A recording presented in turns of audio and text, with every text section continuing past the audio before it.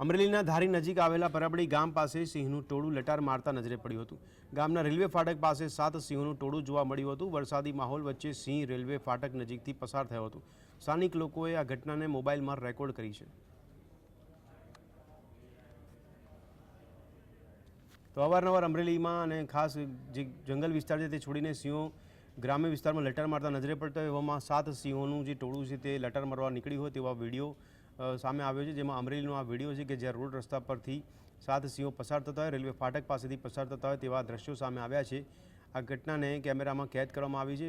એક ત્યાંથી પસાર થતા વ્યક્તિ દ્વારા મોબાઈલમાં સમગ્ર વિડીયો છે તે કંડારવામાં આવ્યો હતો અને મોબાઈલમાં કેદ કર્યો હતો, જે સોશિયલ મીડિયા પર વાયરલ થયો છે।